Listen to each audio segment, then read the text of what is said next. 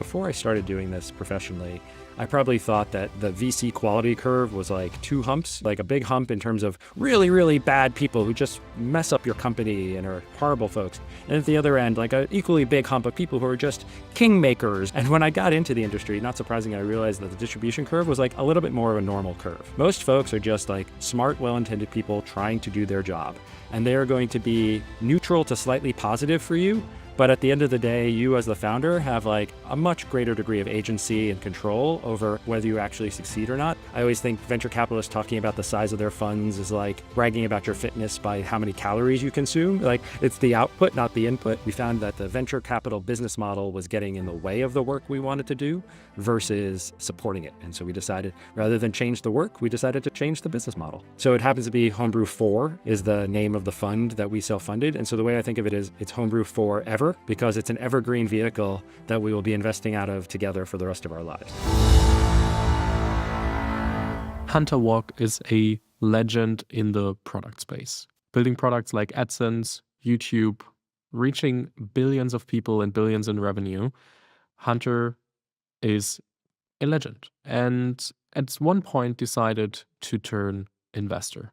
And we're talking today about the hardest parts of building a venture firm, why he decided to turn from builder to investor, and also his journey to more self-fulfilling work. Because what I realized throughout the interview is that it took him a decade each to strip apart a layer and say, hey, I don't like this anymore, so I'm changing up things. Because when we talk about Homebrew, Homebrew started as a typical venture firm in quotation marks for the first 3 funds, but the 4th fund generation is an evergreen vehicle only with the money of Hunter and his co-founder / general partner, founding partner, Satya. So it's not the typical fund anymore.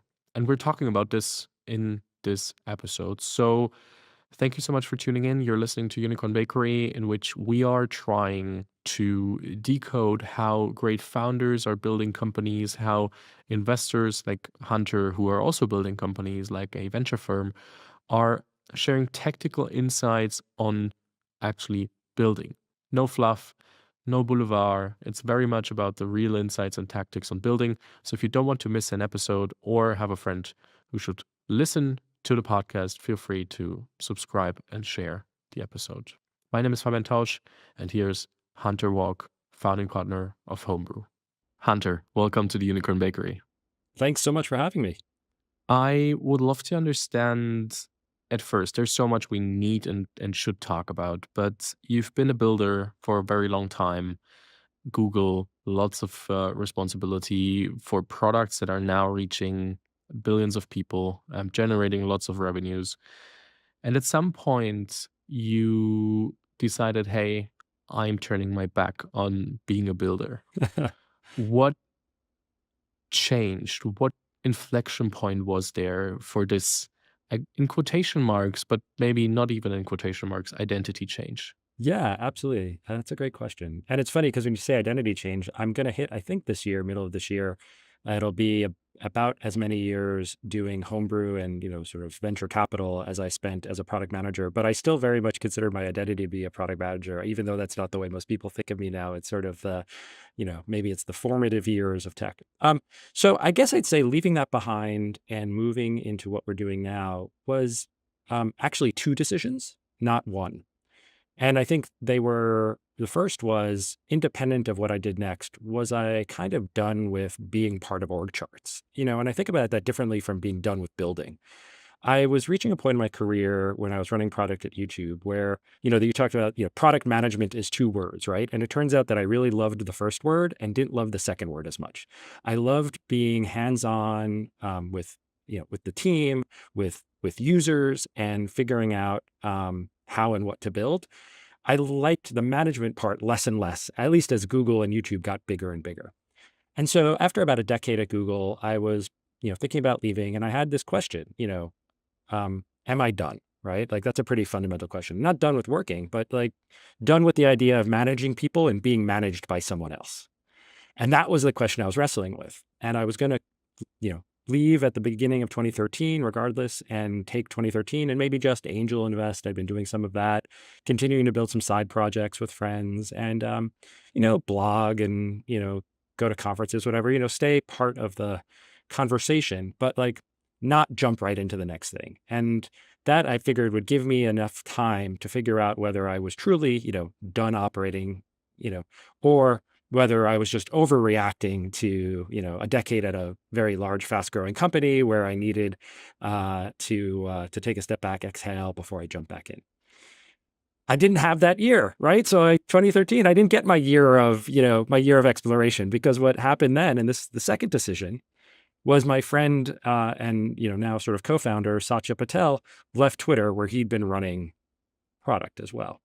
Now, the connection between myself and Satya was we sat about 5 feet apart from one another for the better part of 4 years during the early to mid 2000s when we were both working on AdSense at Google. When he left there to go back to venture before joining Twitter, we always knew we wanted to work together again. And we needed a blank sheet of paper moment. I think anybody, I know a lot of founders listen to this.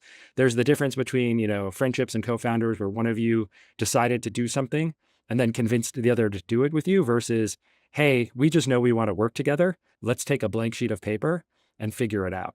And frankly, that was the second decision. What we ended up writing on that blank sheet of paper turned into Homebrew.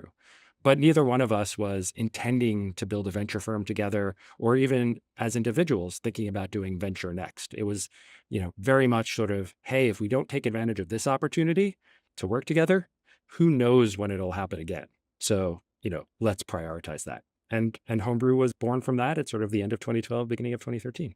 Super interesting when people ask me, and this podcast is not about myself, but when are you building your own venture? Are you planning on doing something? And I'm like, on the one hand, right now I don't have the topic and the problem that I want to tackle, and on the other hand, I might just jump right into it if I had the right people around me that I actually really, really want to build with, and then I'll find something. But for now, I'm very good with what I am, where I'm at, and so therefore I know, or I'm looking forward to the feeling of like, hey, I would love to build something with this specific person, especially because I'm building alone at the moment when we talk about the podcast and everything around it. But from a co-founder perspective, there's none.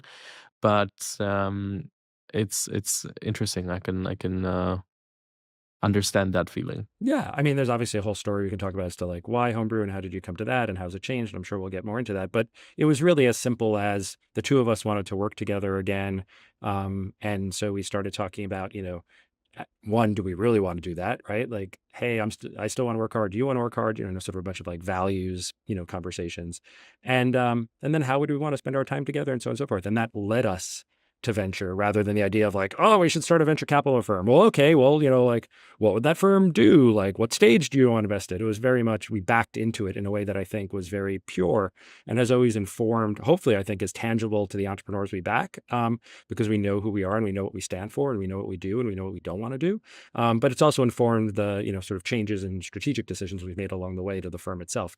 Venture capital loves to sort of, do a lot of content marketing, talk about how wonderful it is to, I always think venture capitalists talking about the size of their funds is like bragging about your fitness by how many calories you consume. Like it's not, it's, it's the output, not the input. And I don't put venture or specifically us, on a pedestal. I think, we exist to serve entrepreneurs and, that's the way that we've always sort of, thought and felt about it. But I've been doing it for a while now. One important thing when we talk about bigger decisions in life is like, how did you come to them? You said you liked product more than the management part, and it became a bit more management, and or maybe not even just a bit more management, but A lot more what management. Yeah. what were the parts that informed the decision besides, because for many people it's like, yeah, it's a bit too much management, but it's not that bad, so why would I Yeah, leave yet? So making bigger decisions and such absolutely. step changes is more than just like, yeah, I just a little bit of this, I don't like that. I've been very fortunate, to not actually make that many career decisions in my life. I worked I came out to the Bay Area for grad school in 1998. I finished that up in 2000. I joined a startup called Linden Lab that built a virtual world called Second Life that's still around. I was there for its first 3 years, and then I joined Google for about 10 years before starting Homebrew. So I really haven't, I've worked on a few products at a few companies. Um, and part of that has been, I think, sort of making good choices, like knowing what I'm looking for and what's going to make me happy. And part of that has been an interest and willingness to not just bail when things get hard or when you had a bad month. Because I think part of product management and part of what matters to me is sort of not just the start, but the end. Like you're there for a phase of something. If you inherited a product or whether it's a 0 to 1 phase, the 1 to 2 phase, the whatever, you're there for the chance and the ability to take something, make it better, and then hand it off to the next person. So the challenge, if you've made if you've made a bad decision, if you're at a company that, isn't run the way you hoped it would be, or doesn't succeed, or the person you're working for, um, you know, doesn't give doesn't care about you, then sometimes those are easy. You need to leave and go to somewhere that, is better than that. But if you're in a good situation, it's sometimes like the hardest thing, as you point out, is leaving because, especially at these large tech companies, you're probably pretty well paid, right? So you're, likely not sort of unhappy financially. Um, you, how to get work done, and the people around you are generally competent. And so, there's always progress. There's always progress. Some of your identity becomes tied to, being a Googler in my case, or things like that. And so anytime you sort of have to give that up, change that, to step and do something else, it can be emotionally transitional. But I also think all those things are traps, right? If you sort of judge by well, I'm only going to go somewhere that I can make more money, work with people I know, doing something I know how to do already, and is a brand that's, well known to my family and friends, like you'll just keep shuttling between, like Meta, Google and, OpenAI now, I guess, or something, right? And like, there's certainly people who do that. You look at their careers and they sort of do, anywhere from short to medium term stints at companies that have already built themselves, already scaled, and they have a very good life. But I knew that what I wanted to do was to always be at places where I could not just ride the curve, but potentially inflect it, right? How can you make a difference on what's being built? How can you, what's being done differently because you're there versus would be done anyway and you're just there to help out? And so for me, that was always about phases of companies. Can I be there early enough to make an impact? But, I was never a founder. I guess I founded Homebrew, but I was never the founder of of an operating company because I didn't think, it turns out that I didn't want to be a CEO. I didn't want to be the, zero that start at zero. I wanted to start at maybe, 0.25 in the case of Second Life, or, start at one. Hey, 0 to 1 was the original YouTube team. And then I came on to help from sort of the 1 to 10. And so I guess to sort of try to sum it up, I think, one, people should avoid the trap of what I'm doing is good enough. They should not worry about they should shift their focus on the idea of what they want to optimize for in order to, sort of break the frame of things are good enough. Well, not if you're trying to optimize for something else. Things are good enough if you're trying to make money and trying to, know which office you go to every day. Things are not good enough if you're trying to build something that doesn't exist. If you want to work in a different industry, if you want to optimize for something else in your life, well, then your current situation isn't the status quo. It's something to, start to leave behind. And I also think you also should never avoid things you're afraid of or that make you uncomfortable. Obviously, when I say that, I mean uncomfortable in the sense of nervous about your ability to perform, fear of failure, that type of stuff, not compromise your values or think something might be, wrong or a little bit off. Um, and that, I think if you do that, at the very least, you'll make a lot of good decisions. And some of those decisions will be good outcomes, right? But I think technology and Silicon Valley culture is about the repeated game of good decisions, and then, the power law of good outcomes, right? Not everything you do will succeed to the same scale, but if you continue to make good decisions, you'll have some successes that so outstrip the others that they start to open other doors or enable, other things in your life. And that's what I would urge people, whether they're, just starting out their career, midway through their career, or, sort of taking a few last swings and want to make sure they do some things that they hadn't tried before. That's my perspective, at least. So, as I'm sure there are people listening right now who are in a situation where they're like, yeah, I could imagine, for example, doing a career change, or what I can imagine even more are listening to finally make the jump and say, hey, I want to build something and now is the time to do so. What would be your words and advice for potential founders who are thinking, should I do it? Shouldn't I? Yeah. So I have my own biases, right? Like, and it's wonderful. There's like the old, parable of a bunch of blind men, each feeling different parts of the elephant. And depending upon which part you're feeling, you think it's a different animal. If you're feeling the tail, you think if it's a rat. If you feel the trunk, you think it's, what do you think it's a giraffe? Whatever it is, it's something like that. I'm messing it up, but you get the general idea. Tech is so big now, and there's so many different types of companies being founded, so many different types of founders that, my answer is just the part of the elephant I touch, right? I can't get my arms around the whole elephant. And so there's so many different reasons to start a company. There's so many different examples of people who've done things and been successful. I'll give you my bias. I think that you should start something, if one or more of a handful of conditions are true. One, there is somebody you really want to work with, who you just think is an amazing partner, an amazing co-founder. And, it's the right time for the two of you or three of you to try something. And that, time for some reason is perishable. That person, will otherwise go take a different job, or, the moment of where your skills are really complementary, might change over time, or things like that. So, it's person. Who are you going to do this with? Now, again, there's plenty of amazing solo founders. We've backed some amazing solo founders. So it's not a requirement, but I think it's certainly a catalyst. There's an idea or a problem that you can't stop thinking about. You want to see solved, and you don't think other people would solve it the same way you would. So it's not even just sort of there's a business opportunity, or there's a sprint, to a consensus future that you think you can win that sprint. I believe you have to have like a real interest to the problem, the issue you're solving. At least one of you, not the whole founding team and not the whole team, but like one of the founders needs to really care about the problem in a way that I almost think gives them an advantage, in terms of they have earned insights. They understand the problem more than just surface level depth, and they're willing to commit 10 years of their life to it. I think that's important from a leadership standpoint. I think it's important from a strategy standpoint. I also think it helps from sort of a durability standpoint. Startups are hard. They have their ups and downs. I think you need something more than a net present value calculation to keep you doing it.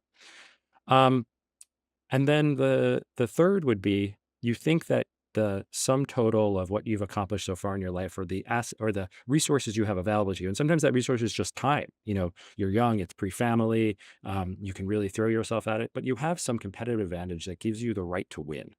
Now, each of those has, sort of uh, opposite and equal, sort of stories you can tell, right? Solo founders, you can put a great team around them. Folks who, of course, they care about what they're building, but they care much more about the strategy, operations, the team building. They're not necessarily mission-driven founders in the sense of they're picking a problem that they really care about, but they're picking, an opportunity that they believe is interesting and love the act of company building. Amazing founders that way. And then, the third, in terms of the advantage, like, the advantage is the speed with which they build, the network with which they can pull from. It's not necessarily that they, have studied, machine learning for 10 years when all of a sudden there's a breakthrough in, machine learning technology. So, like I said, it's just the part of the elephant. But for me, it's about that. It's about the people you want to work with, the problem you want to work on, and what gives you the advantage or right to win. And if all those things are clicking, like, you got to go do it. You can't convince yourself that, well, if I spend just 3 more years at this big company, I'll have more savings that will make it easier, or I'll have more credibility when I go to fundraise, or, I'll know more people to hire. Like, all those things are true, but, you can't, sometimes they can be true, but still lead you down the wrong path, which is, waiting too long. And then you find out that you sort of never did it. I had a friend who has since started a company that I backed as an angel, so I'm incredibly proud of him. But I remember when he worked for me back at YouTube, he told me he wanted to be an entrepreneur at some point. and that this was, his hero was, I think maybe at the time was Elon Musk.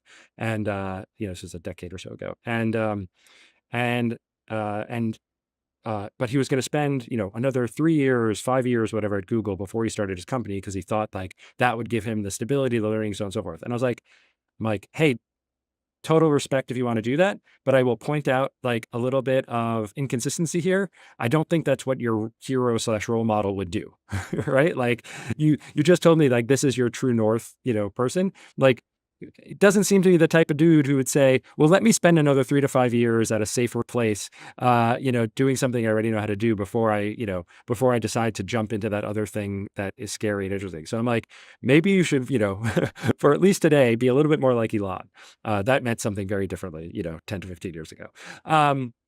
So that's my advice. Everybody sort of has their journey. And at some point, if you're going to start something, like you got to take that leap. And you'll never be 100% ready. And if you think you're 100% ready, either you don't know what you're getting into fully because, or you are supremely confident. Nobody I've backed, I would say, is like, feels they're always 100% ready, but they do it. You took the leap in 2013, so now it's like 12 years ago. So, what would you say is the hardest part about building a venture firm? And we're talking about the specifics about Homebrew and why it's like not a typical venture firm anymore, but what is the hardest part about establishing a venture firm? Yeah, it's funny. I got the Homebrew logo tattooed on my shoulder shortly after we founded because I wanted to remember, I said before about, I believe in this sort of framework of separating the quality of decision from the quality of outcome and being focused on making good decisions. And I wanted to remind myself, whether it was something that lasted, unfortunately, just maybe a few months or lasted the rest of my life. And thankfully, it seems like it's going to last the rest of my life. The tattoo was going to last the rest of my life regardless. I had no choice on that. But I wanted to capture the start. And so, when Satya and I were talking about Homebrew and what we wanted to be and, sort of how we would decide whether it was, at any given point kind of worth doing, after having made the original decision, we sort of came to this decision that, well, there's some people who are proud of their work in this industry, but are not good at their job in the sense of they actually are not good investors. They don't make money, for themselves maybe they make money for themselves. They're collecting fees, but they don't make money for their LPs if they're using other people's money. And we said, well, if we are that, then we won't necessarily have the right to continue. Like if we're just doing great work for the founders we've backed, but, by and large, we're not able to produce economic returns, we won't have the right to do this, for the next few decades, at least, in terms of other people wanting to sort of fund us to do so. And then on the other hand, if we are economically successful, but not proud of the work we do for founders. So let's say we're just, good enough guys to get lucky on a few things or catch the crumbs off of, the big firms deals or things like that. If we're economically sustainable, but not proud of the work we're doing, then we wouldn't want to continue this, right? Like there's no reason to, in our mind, to, sort of get paid for something we're not proud of. And so let's hold ourselves to account, at the intersection of that Venn diagram. For Homebrew to exist long term, we have to be both economically successful and sustainable and proud of the work we do. And that was sort of like our guiding principle, right? Like from there, we were able to make a whole bunch of other decisions about what stage do you want to invest in, what types of founders do you want to be the preferred choice for, you can't be all things to all people, different questions about growth and so on and so forth. So that was the hardest question on our end. I think the hardest question that we had to figure out in terms of then taking that product to market was, do founders want and need our product SKU, right? Like if you think of yourself as a product, I come with, a check, I come with, some help. There's more, in 2013, there were fewer choices, but still plenty. In 2023, 2024, 2025, what has that number grown? 10x or more choices, for founders. And so I think the reality is that any investor needs to ask themselves is, for enough founders, am I one of their top three choices? And, and if so, how many of those, founders can I meet, find, invest in? What size firm, what strategy does that lead to? As opposed to like raising to a sum of money and then trying to commit that, as opposed to just like picking a point in the market but that you want to participate in, but not really asking yourself, well, how am I competitive enough to beat the other people, who are investing at that area? I think a lot of uh, VCs stay in business without being excellent, and I think the founders benefit most when the VCs who want to stay in business also want to be excellent. What would you say if I'm a founder and evaluating an investor? How do I find out if the VC has the tendency to be excellent and wants to be it? What will be your advice?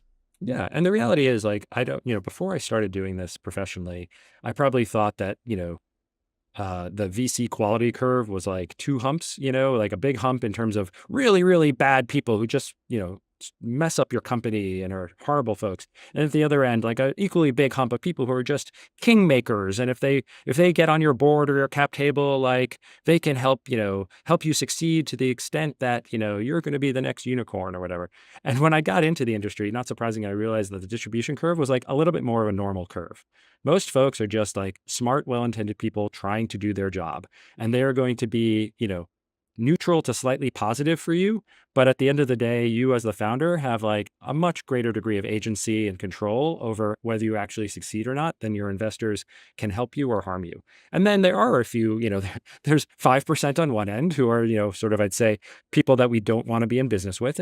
But that's not necessarily even because they're, sort of bad people. It's just sometimes their, incentives, the situation they're in at their firm, their whatever insecurities they have, I think make them sort of like less predictable, less long-term focused, less helpful for entrepreneurs. And we try to avoid those folks and steer them the other way. And then there's, 5% at the end of like highly self-aware, really good at what they do.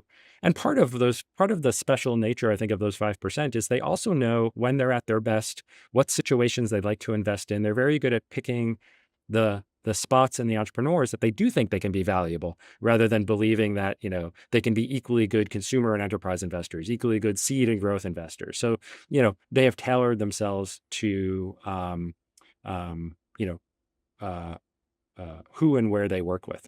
And so to your question as a founder, well, if I'm trying to, best case scenario, find, attract, work with one of those folks who's going to be the sort of 5% best fit for my company, what can I do? I think you always talk to other founders, right? The founders who have worked with that investor before, both success companies that were successful and companies that maybe were not as successful, are going to give you the best sense of, how that person uh,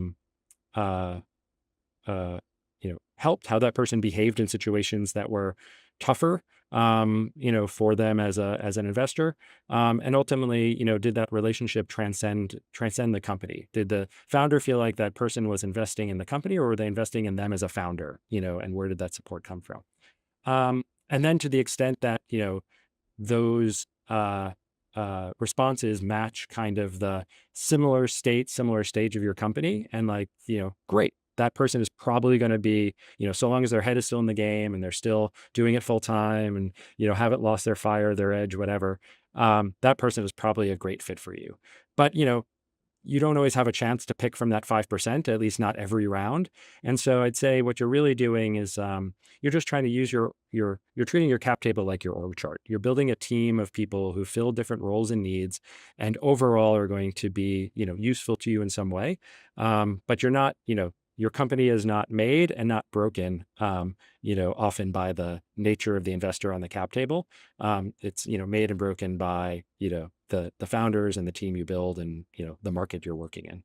From your own experience, what were like how easy or how hard was it to focus on the long-term building of, hey, we want to be in the top three, rather than in an economy where everything went louder and louder and the volume is turned up every day by some other player?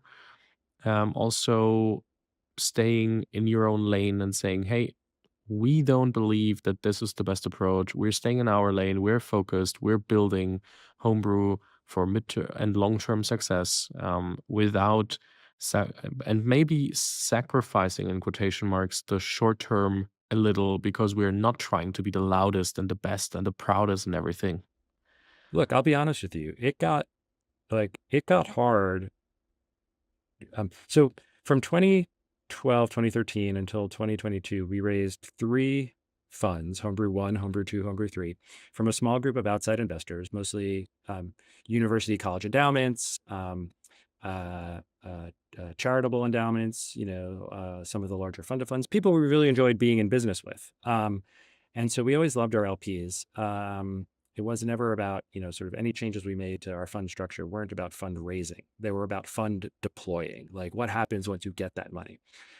In Fund One, I think we hit the timing really nicely. It was, seed was still sort of this weird space that you had some dedicated firms doing, and you had the larger firms dipping in and out of. But there was more supply of great founders looking for seed capital than there was, there should be demand from great seed founders, and there necessarily was like supply of seed capital. And that changed dramatically over the next decade. And by the time we were investing out of our third fund, we felt, went from sort of, let's call it wind at our back to no wind to headwinds. So as a firm, even though we had reached the point where we had, maybe even a better reputation than when we started out because more people knew us and we had more logos of great companies we'd invested in, and, so on and so forth, we were actually feeling the challenges increase to remaining a top three choice for somebody. And we had to ask ourselves the question, well, what do we want to do about that? Do we want to focus thematically, take some of the areas that we know we've done the best work in, fintech, applied, AI, machine learning, computer vision, horizontal vertical SaaS, and basically say, for all intents and purposes, we're now a vertical fund. These are the verticals we look in, sort of pull back a little bit off the generalist. Do we want to, and do we need to increase in size? All of a sudden, most of our peers, forget even the multi-billion-dollar funds, even our peer seed funds had double, tripled, quadrupled in size since when we started, where we had grown much more modestly. So do we now need to go from being a $95 million fund to a $200 million fund, with all the sort of team operational overhead, that required to support that, as well as the different math in terms of what success looks like, and starting to get into the same narrative of, well, unless it's a $10 billion outcome, it really doesn't move the needle for us, that type of stuff, which I think, ultimately creates distance between you and the entrepreneur, especially during the early days when everybody's trying to sort of do the best work to figure out what this company is versus, just pump it full of helium and get it to its next funding round. And as you pointed out, like, I forget whether I used the word noise or you used the word the noise, like the content marketing organs of our industry, went on full blast. So everybody loved being, a pundit, an event host, a podcast host, a blogger, a talking head, so on and so forth. And, they were all saying versions of the same thing, more or less, but it became because everyone's firm was becoming more and more similar, they sort of had to differentiate themselves with words versus actions, which I don't think is helpful for entrepreneurs, or I don't think it's helpful for our industry. And, to a certain extent, we've always spoken our voice, spoken our values, but we didn't want to participate in any of that. And so we decided that actually the best way to remain in the top three choice for the entrepreneurs we wanted to work with was not to change the way we worked, but it was to change our business model, to basically switch from being the type of investor who only co-leads seed rounds to an investor that has a more flexible check size. Basically, you can think about it as we're now a puzzle piece that fits into many, many puzzles, as opposed to having one type of puzzle piece where we're looking for the puzzles where that piece fits. And we made that change. We talk more about that, sort of in 2022. And I think it's been great. We found that the venture capital business model was getting in the way of the work we wanted to do versus, supporting it. And so we decided, rather than change the work, we decided to change the business model. You definitely know how to tell a story, because now everybody wants to know what changes you made. So what's the Homebrew 2.0? Yeah, absolutely. So it's funny enough, when Satya and I started back in 2012, 2013, we had this idea. We said, Homebrew is going to be 5 funds, 20 years, and then we're going to switch to a model where we are our own funders, which is to say, we're not going to stop. We're not going to work for 20 years and then stop. In year 2021, something like a year number 20, year number 21, something like that, we will eventually just use our own money, our own capital to fund Homebrew. Um, we put that under, maybe it's called, we put it under a box and say, get that box out in 20 years. Well, that was the box we ended up getting out in 2022 and opening up. Hopefully it wasn't, Pandora's box or something. But we basically said, hey, look, if we don't want to get much bigger, as I just talked about, not wanting to grow to be the $250 million fund that a lot of our friends were raising, let alone the multi-billion-dollar funds, maybe we should get smaller. And if we get smaller, like, why wouldn't we just use our own money? I think VCs would tell you there's plenty of reasons not to use your own money. First, you don't get a salary. You don't get management fees for your own money. Nobody pays you to invest your own money. So at the very least, we were switching from a model that could have paid us, millions of dollars a year if we just kept raising funds, to putting our own capital at risk. That's an economically stupid decision for the majority of venture capitalists, right? And it is an economically negative one for us, but a risk that we are comfortable taking, a sacrifice we are comfortable taking. The second reason that a lot of people don't like doing that is they want to be able to, go $100 million deep into a company, by themselves before somebody else would be, some of these people like to really be gunslingers. Like, I want to, if I believe in this nuclear fusion company, I want to be able to write $100 million check into it, and obviously we can't write $100 million checks from our bank account, but we do have access to, and retain access to sort of our old investors. So there's situations where if we need to augment our own capital with, sort of an SPV or something, we have access to that. So we felt like that was a risk taking. And then the third thing that's why some people don't do it is they really like building. They've either inherited, a firm, or they're building a firm that they like training the next generations of investors as employees. We felt like it was less interesting for us to train the next generations of investors and employees, and more interesting to help the next generation of firms like Homebrew get off the ground. So around the same time, we started a fund of funds called Screen Door, where we're actually helping to, and which now is a full-time team of 3, we're actually backing the next generation of VCs and trying to pay forward some of the wisdom. But that's fundamentally sort of the trade-offs and why most people don't go down the path we did. It's economically more risky. It sort of forces you to really be clear about the amount of money you're putting into companies, because it's not this sort of well of other people's money you can just pull from, and you sort of trade off maybe a little bit of the mentorship coaching aspect of it. We just found a different way to do it. We still invest in 10 to 12 companies a year. We kept our small team together. We still do seed. We're just mostly writing now $100,000 to $500,000 checks instead of, $1 to $3 million checks, although we can go larger and or later. And it's been an absolute joy. I think the challenges, besides the economic ones, we are dependent and excited about outcomes rather than collecting management fees, is can we still build and maintain these great relationships with founders when we're not their largest investor? When you're somebody's largest investor, there's a structural reason for you all to talk, spend time together, so on and so forth. I feel it's like in some ways even more pure now, in the sense of we have to earn their time and attention in order to be helpful.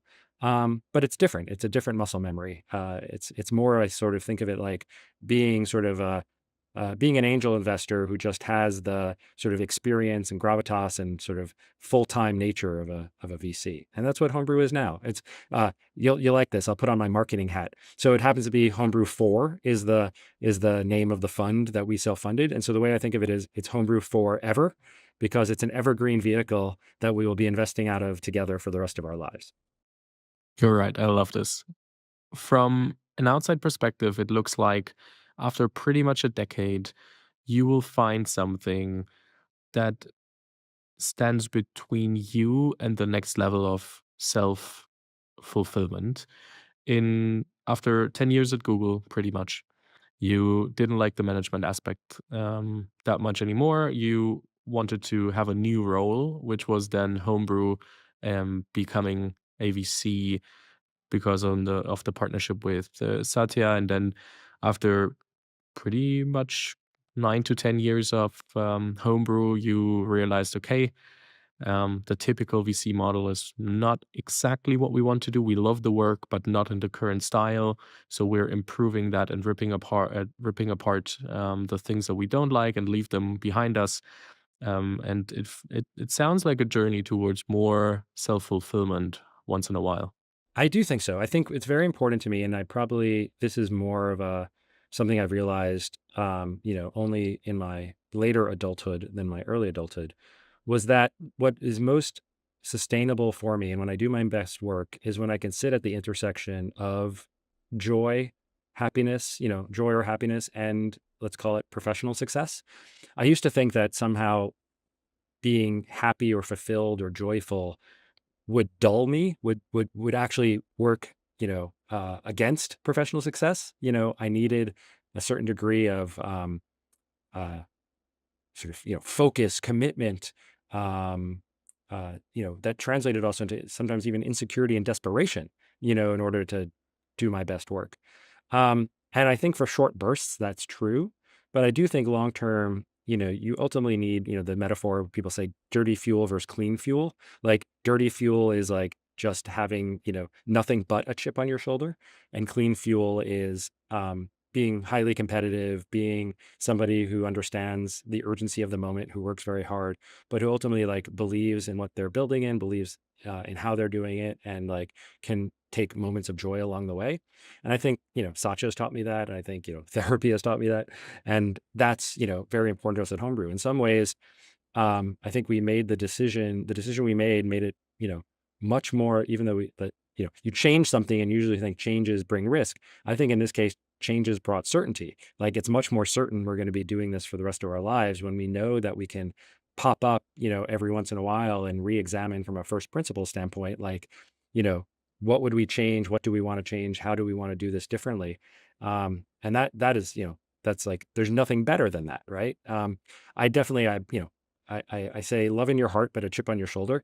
I do think that if you only have a chip on your shoulder, you sort of end up becoming toxic. If you only have love in your heart, you're too soft, right? Like our industry requires motivation, requires a little bit of willingness to be uncomfortable, willingness to upset the status quo, willingness to make some people mad at you, right? Like, but if you're just one or just the other. So whether it's people I back, people who, I look to hire, people who I want to work with, it tends to be some combination of like love in your heart, but a chip on your shoulder. And so for me, the love in our heart, my love in my heart is I love working with Satya. I love working with founders. The chip on my shoulder is I want those founders to win in the market. And I also think the venture industry is pretty mediocre. And so I want to see it continue to get better. And that combination, sort of leads to Homebrew. If I'm starting out in venture, what would you say are a few things that I could do that would set me apart from the mediocre, knowing that it's a long term business and I can't be exceptional from day one? Yeah. So I think there's like a foundation of just good hygiene. You have to basically, be a good, try to be a good communicator, try to be a good relationship builder, try to be,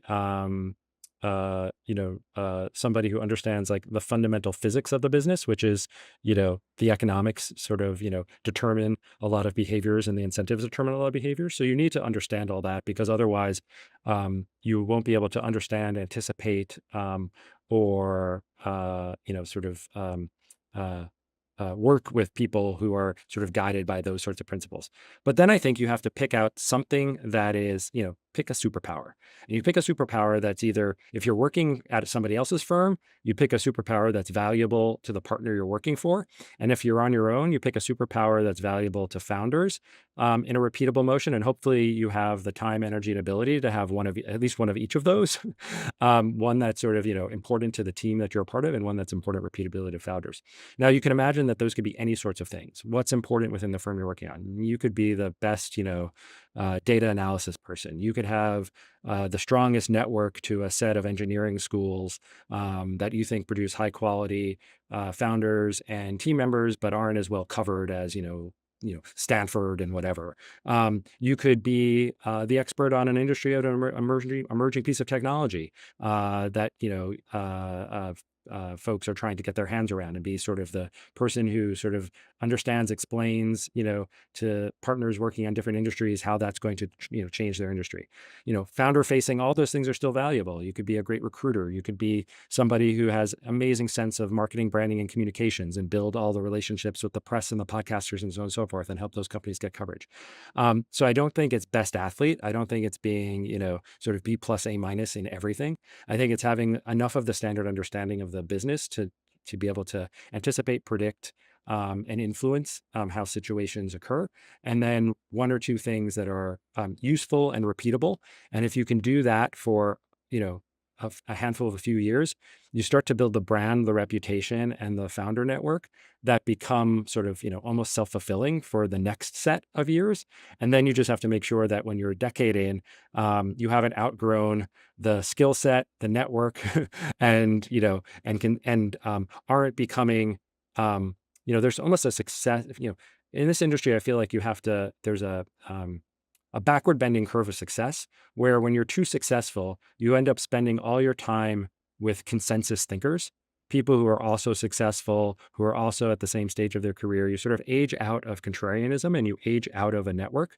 And I think the best investors who have stayed um, agile, as they age, either know how to hire, for that sort of contrarian non-consensus beliefs, and or sort of uh, break and rethink their thesis, you know, like you said, every fund cycle, every decade or so. I think like Fred Wilson at USV is an amazing example of that, where, not only has he, sort of built a firm, but I think he himself, has approached each phase of technology and innovation and venture with sort of, some beliefs that are consistent and some beliefs that adapt to the time. And that's why he can be in, sort of have been in both like Twitter and Coinbase, type of stuff, and not just have sort of still be living off of the things he invested in, in the 2010s. He's a role model for me to that extent. I'm talking to Albert Wenger next week, as the German connection also helps out doing that. So a bit of insights into USV next week then. Yeah, they're definitely, I always say I don't have mentors. I don't have like weird parasocial relationships with like, I don't stan anybody, but I do have role models. And even those role models don't have to be perfect role models. They don't have to be people who I want to, or who I feel a match with in every part of my life and every part of their life. But I do think it's important to like be able to look towards people who you think, make decisions, or have, conducted themselves in ways that are interesting. And so within venture capital, I think like, Fred and Andy are probably the two I know best over there. USV has always been that for us. Brad Feld and some of the other folks at, Foundry Group have always been interesting to us for that. There's been a few other people who I've always sought out the guidance from, not because we want to follow their path or be the 2.0 version of them or be the junior version of them, but because we find that the questions that they ask themselves as firm builders are very interesting, and they help us ask the same questions of Homebrew. And sometimes our answers are similar to theirs, and sometimes our answers are different from them. So that's, I do think, Homebrew, I mean, to sort of do a little mini history lesson, Homebrew is named after the Homebrew Computer Club, which was a group of, PC enthusiasts, tech geeks, who in the late 70s, early 80s used to like hang out in Palo Alto on Stanford's campus and just like build PCs, talk shop. It's where Steve Jobs and Steve Wozniak met. So if Homebrew Computer Club hadn't existed, Apple, probably wouldn't exist, certainly not in the form it took, as well as many other people who started various hardware companies or other things that influence the technology industry. I was a history major in undergrad, and I've always thought that like what's wonderful about our industry is that we're so focused on what's next, what's next, what's next. But I think it's important to like remember that a lot of who we are comes that we stand on the shoulders of those who came before us.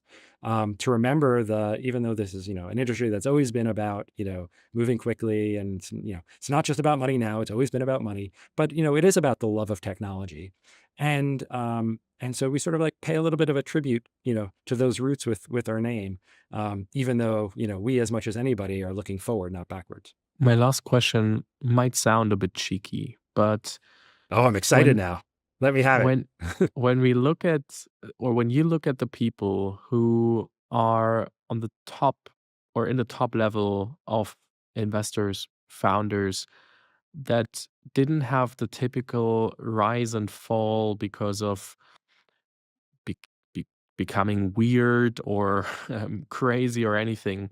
What would you say are the characteristics of the people who stayed on top of their game for decades? Not only like 3, 4, 5, 6, 7, 8 years, but really decades.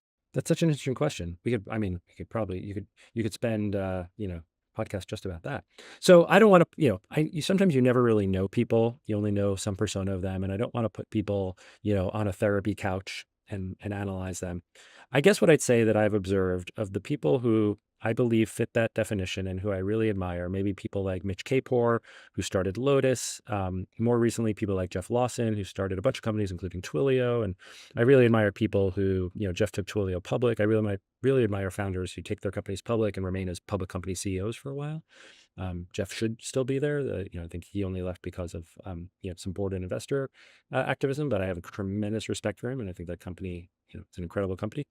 I think that they care and love about something other than just the typical scorecard, the typical KPIs of the business world.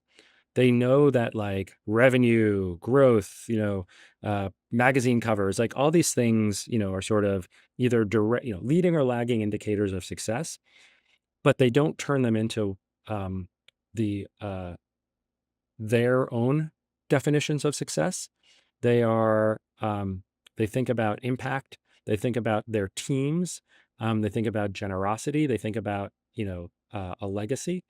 And for me, it's kind of that looking out and seeing the world beyond your company and knowing that first and foremost, you have to run a great business, but that ultimately that business needs to stand for something and that you as an individual stand for something. I don't think it's, this question now about, well, is that politics or social issues or so on and so forth. Like companies don't have to stand for all those things. I'm not a believer that it's incumbent upon every company to have a voice on every issue. But I do think, as a human being, you get to decide how you want to use your power.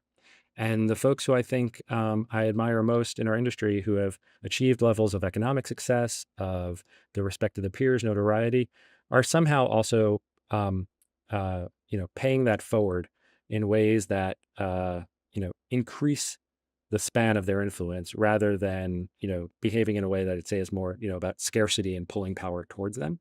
I don't know, maybe you could go, maybe they all have, some similar, sort of experience that led them to that, or maybe they had just, good mentors, good role models themselves. But for me, that's one of the things that attracts me to people that um, they use their success, their power, their influence to expand and empower others versus sort of, maintain and increase, uh, their own power. We're all so lucky, so fortunate. I mean, I started in tech. I was born, Malcolm Gladwell talks about sort of the 10,000 hours, how do you become an expert? But like what people also forget is that it has to be the 10,000 hours during the right period of time, right? So the Beatles became the Beatles, not just because they had 10,000 hours, but because it was during the dawn of the, electric guitar and, rock and roll. Like Bill Gates became Bill Gates, not just because he started programming early and had 10,000 hours, but it was because it was at the dawn of the PC. I felt like I'm so lucky. I had my 10,000 hours, the beginning of the home PC and the consumer internet, and like got to see that industry turn from underdogs to now. I don't think anybody would argue that like the technology industry is the most powerful industry in the world. And, what's the line from Spider-Man? With great power comes great responsibility. That would be my hope for all the people who's listening to you who have started companies or who want to start companies that, even though you might feel like an underdog, we're all trying just to make sure our company survives another day, that like collectively we do have great power. And so thus we also have great responsibility. And like Homebrew is named, after people 50 years ago who, in many ways, started what we are all benefiting from today. Like we should be doing things that for, 1, 5, 50 years from now, create, a world where the next generation can build what they want to build. I think these are the perfect words to end the episode. I will definitely link to your blog, your LinkedIn, and Homebrew in the show notes. Feel free, everyone, to check it out. There are amazing pieces on the blog, for example, that I really enjoyed reading and thought, okay, you can just read them instead of us talking about them right now. Hunter, it's been such a pleasure, and I really enjoy your perspective. Thanks for taking the time. It's been wonderful. Yeah, I appreciate it. It's been great meeting you. These questions always make me think a little bit. They challenge, sort of what do I actually believe versus what do I just say? And so I'll be thinking about this as well. Thank you.